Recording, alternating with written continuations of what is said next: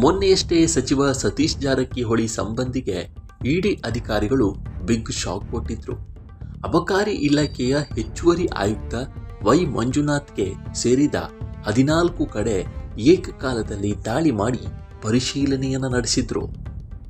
ಬರೋಬ್ಬರಿ 24 ಗಂಟೆಗಳ ಕಾಲ ಇಡಿ ಅಧಿಕಾರಿಗಳು ಶೋಧ ಕಾರ್ಯ ನಡೆಸಿದ್ದು, ದಾಳಿ ಅಂತ್ಯದ ಬೆನ್ನಲ್ಲೇ ಬ್ರಹ್ಮಾಂಡ ಭ್ರಷ್ಟಾಚಾರವನ್ನ ಬಯಲಿಗೆಳೆದಿದ್ದಾರೆ. ಅಬಕಾರಿ ಹೆಚ್ಚುವರಿ ಆಯುಕ್ತ ವೈ ಮಂಜುನಾಥ್ ಮೇಲೆ ಇಡಿ ಅಧಿಕಾರಿಗಳ ದಾಳಿ ಪ್ರಕರಣಕ್ಕೆ ಸಂಬಂಧಪಟ್ಟಂತೆ ಅಧಿಕಾರಿಗಳು ಮಾಹಿತಿಯನ್ನ ಹಂಚಿಕೊಂಡಿದ್ದಾರೆ. ಅಬಕಾರಿ ಹೆಚ್ಚುವರಿ ಆಯುಕ್ತ ವೈ ಮಂಜುನಾಥ್ ಅವರಿಗೆ ಸೇರಿದ 13.3 ಕೋಟಿ ಮೌಲ್ಯದ ಆಸ್ತಿಯನ್ನ ಜಾರಿ ನಿರ್ದೇಶನಾಲಯ ವಶಪಡಿಸಿಕೊಂಡಿದೆ. ಮೊನ್ನೆ ಇಡಿ ಅಧಿಕಾರಿಗಳು ಮಂಜುನಾಥ್ ಅವರಿಗೆ ಸೇರಿದ 14 ಕಡೆ ದಾಳಿ ಮಾಡಿ ಪರಿಶೀಲನೆಯನ್ನ ನಡೆಸಿದ್ರು. ದಾಳಿಯ ವೇಳೆ 5.5 ಕೋಟಿ ನಗದು ಸೇರಿದಂತೆ 7.8 ಕೋಟಿ ಮೌಲ್ಯದ ಚಿನ್ನಾಭರಣವನ್ನು ಇಡಿ ವಶಪಡಿಸಿಕೊಂಡಿದೆ.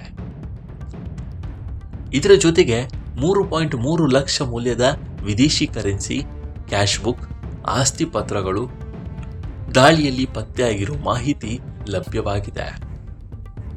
ರಾಜ್ಯ ಅಬಕಾರಿ ಇಲಾಖೆಯಲ್ಲಿ ವ್ಯವಸ್ಥಿತ ಭ್ರಷ್ಟಾಚಾರ ಮತ್ತು ಸರ್ಕಾರಿ ಅಧಿಕಾರಿಗಳು ಅಕ್ರಮವಾಗಿ ಆಸ್ತಿ ಸಂಪಾದಿಸಿರುವ ಆರೋಪಗಳ ಹಿನ್ನೆಲೆಯಲ್ಲಿ ಇಡಿ ಅಧಿಕಾರಿಗಳು ಅಬಕಾರಿ ಹೆಚ್ಚುವರಿ ಆಯುಕ್ತ ಮಂಜುನಾಥ್ಗೆ ಸೇರಿದ 14 ಸ್ಥಳಗಳಲ್ಲಿ ಶೋಧ ಕಾರ್ಯಾಚರಣೆ ನಡೆಸಿದ್ರು.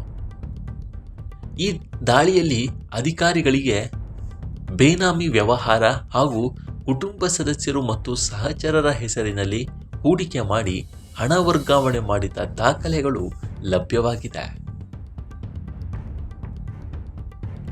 ಶೋಧ ಕಾರ್ಯದಲ್ಲಿ ಅಬಕಾರಿ ಅಧಿಕಾರಿ ಜಗದೀಶ್ ನಾಯಕ್, ಕೆಎಂ ತಮ್ಮಣ್ಣ ಮತ್ತು ವೈಡಿ ಮಂಜುನಾಥ್ ಹಾಗೂ ಕುಟುಂಬ ಸದಸ್ಯರು ಒಳಗೊಂಡಿದ್ದು, ವಿವಿಧ ಮದ್ಯದಂಗಡಿಗಳಿಂದ ಪ್ರತಿ ತಿಂಗಳು ಲಂಚ ಪಡೆದ ಬಗ್ಗೆ ಡೈರಿಯಲ್ಲಿ ಉಲ್ಲೇಖವಾಗಿದೆ.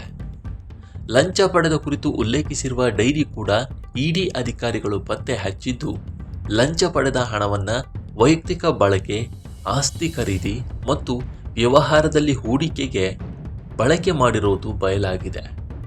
ಇಡಿ ಪತ್ರಿಕಾ ಪ್ರಕಟಣೆಯಲ್ಲಿ ವೈ ಮಂಜುನಾಥ್ ಬ್ರಹ್ಮಾಂಡ ಭ್ರಷ್ಟಾಚಾರ ಬೆಳಕಿಗೆ ಬಂದಿದ್ದು, ತನಿಖೆ ಮುಂದುವರಿಸಿರುವುದಾಗಿ ಜಾರಿ ನಿರ್ದೇಶನಾಲಯ ಮಾಹಿತಿಯನ್ನು ನೀಡಿದೆ. ಈ ಬಗ್ಗೆ ನಿಮ್ಮ ಅಭಿಪ್ರಾಯ ಏನು ಅನ್ನೋದನ್ನು ಕಾಮೆಂಟ್ ಮೂಲಕ ತಿಳಿಸಿ. ಮುಂದಿನ ವಿಡಿಯೋದಲ್ಲಿ ಸಿಗೋಣ. ನಮಸ್ಕಾರ.